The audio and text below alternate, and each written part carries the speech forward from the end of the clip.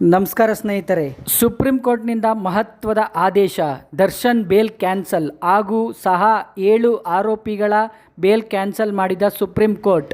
ರೇಣುಕಾಸ್ವಾಮಿ ಕೊಲೆ ಆರೋಪಿಯಾದ Darshan bail cancel ಆಗಿದೆ. ಇಂದು supreme court ಮಹತ್ವದ ತೀರ್ಪು. ಯಾರು ದೊಡ್ಡವರೇ ಆಗಿರಲಿ, ಯಾರು ಚಿಕ್ಕವರೇ ಆಗಿರಲಿ, ಕಾನೂನು ಮುಂದೆ ಎಲ್ಲರೂ ಒಂದೇ ಎಂದು ಹೇಳಿರುವ ಸುಪ್ರೀಂ ಕೋರ್ಟ್. ಸ್ನೇಹಿತರೆ ನೋಡಿ, ದರ್ಶನ್ ರವರು ಬೆನ್ನು ನೋವು ತುಂಬ ಆಗಿದೆ ಹಾಗೂ ಪಾರ್ಶ್ವವಾಯು ಬರುತ್ತದೆ ಅಂತ ಹೇಳಿ ಬೇಲ್ಗೆ ಅಪ್ಲಿಕೇಶನ್ ಹಾಕಿ ಬೇಲ್ ತಗೊಂಡಿದ್ರು. ಇದನ್ನು ಪ್ರಶ್ನಿಸಿ ಹಾಗೂ ಸುಪ್ರೀಂ ಕೋರ್ಟ್ ಅಲ್ಲಿ ಕರ್ನಾಟಕ ಸರ್ಕಾರ ದರ್ಶನ್ ರವರ ಬೇಲ್ ಕ್ಯಾನ್ಸಲ್ ಮಾಡಬೇಕು ಅಂತ ಅಪ್ಲಿಕೇಶನ್ ಹಾಕಿತ್ತು. ಹಾಗೂ ಚಾಲೆಂಜಿಂಗ್ ಸ್ಟಾರ್ ದರ್ಶನ್ ರವರು ಜೈಲಲ್ಲಿ ಇದ್ದಾಗ ಸಿಗರೇಟ್ ಸೇದುವ ಫೋಟೋಗಳು ಸಾಮಾಜಿಕ ಜಾಲತಾಣಗಳಲ್ಲಿ ವೈರಲ್ ಆಗಿದ್ವು. ವಾದ ಹಾಗೂ ಪ್ರತಿವಾದ ಆಲಿಸಿದ ಸುಪ್ರೀಂ ಕೋರ್ಟ್ ಇಂದು 7 ಆರೋಪಿಗಳ ಬೇಲ್ ಕ್ಯಾನ್ಸಲ್ ಮಾಡಿದೆ. ಇಂದು ಸಂಜೆಯೊಳಗೆ ದರ್ಶನ್ ರವರು ಹಾಗೂ ಇನ್ನು ಮಿಕ್ಕ 6 ಆರೋಪಿಗಳು ಯಾವಾಗ ಶರಣಾಗಬೇಕು ಎನ್ನುವ ಮಾಹಿತಿಯನ್ನು ಸುಪ್ರೀಂ ಕೋರ್ಟ್ ವಕೀಲರಿಗೆ ನೀಡಲಿದೆ. ಹಾಗಿದ್ದರೆ ದರ್ಶನ್ ರವರ ಡೆವಿಲ್ ಸಿನಿಮಾದ ಕತೆ ಏನು? ಸ್ನೇಹಿತರೆ, ದರ್ಶನ್ ರವರ ವಕೀಲರಿಗೆ ಸುಪ್ರೀಂ ಕೋರ್ಟ್ನ ಪ್ರತಿ ಸಿಕ್ಕಿದ ಮೇಲೆ ದರ್ಶನ್ ರವರು ಮತ್ತೆ ಯಾವಾಗ ಜೈಲಿಗೆ ಹೋಗಬೇಕು ಎನ್ನುವುದು ತಿಳಿಯುತ್ತದೆ.